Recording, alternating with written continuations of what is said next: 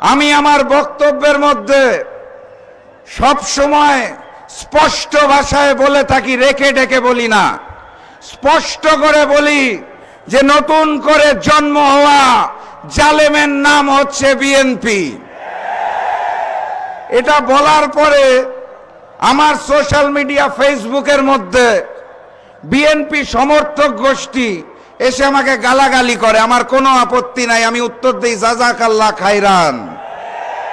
তারপর তারা জিজ্ঞেস করে আমি কেন বিএনপিকে জালেম বলি।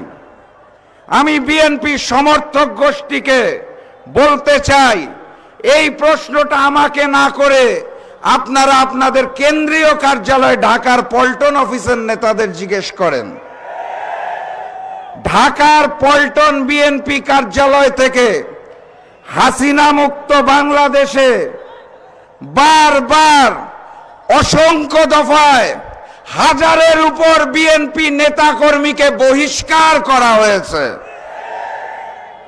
শিলংয়ে বসে হাওয়া খাওয়ার জন্য বহিষ্কার হয় নাই, চাঁদাবাজির জন্য বহিষ্কার হয়েছে, রাজধানীর জন্য বহিষ্কার হয়েছে, দখলবাজির জন্য বহিষ্কার হয়েছে, খুনের জন্য বহিষ্কার হয়েছে।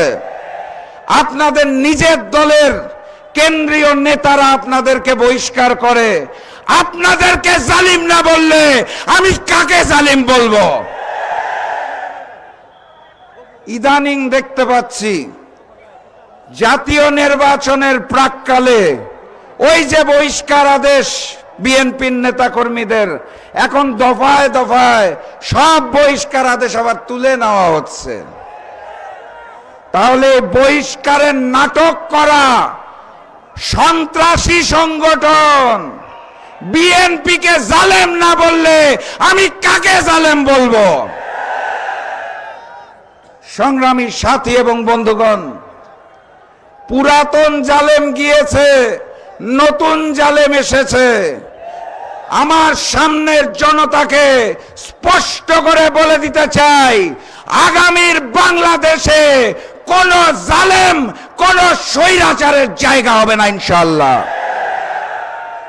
আগামী নির্বাচন হবে দুইটা শক্তির মধ্যে।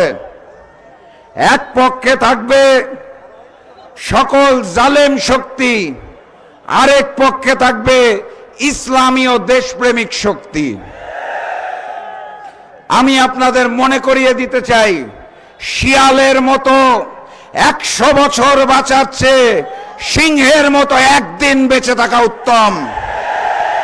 যেই বিভাগের নাম ময়মনসিংহ, যেই বিভাগের নামের মধ্যে সিংহ রয়েছে, আমি বিশ্বাস করি সেই সিংহরা আগামী নির্বাচনে সিংহের মতো লড়াই করবে, অন্যায়ের বিরুদ্ধে লড়াই করবে।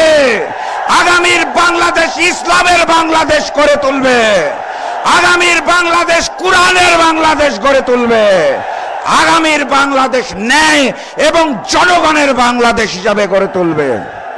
ময়মনসিংহের সিংহ বাহিনীকে বলে যেতে চাই, গণভোটে হাকে জয়যুক্ত করতে হবে এবং হাক দলের যেই প্রার্থী আসবে, যেই প্রতীক নিয়ে আসবে তাকে জয়যুক্ত করতে হবে। অতএব গণভোটে হা বলো, হাক দলের প্রতীকে সিল মারো। গণভোটে হা বলো, হাক দলের প্রতীকে সিল মারো।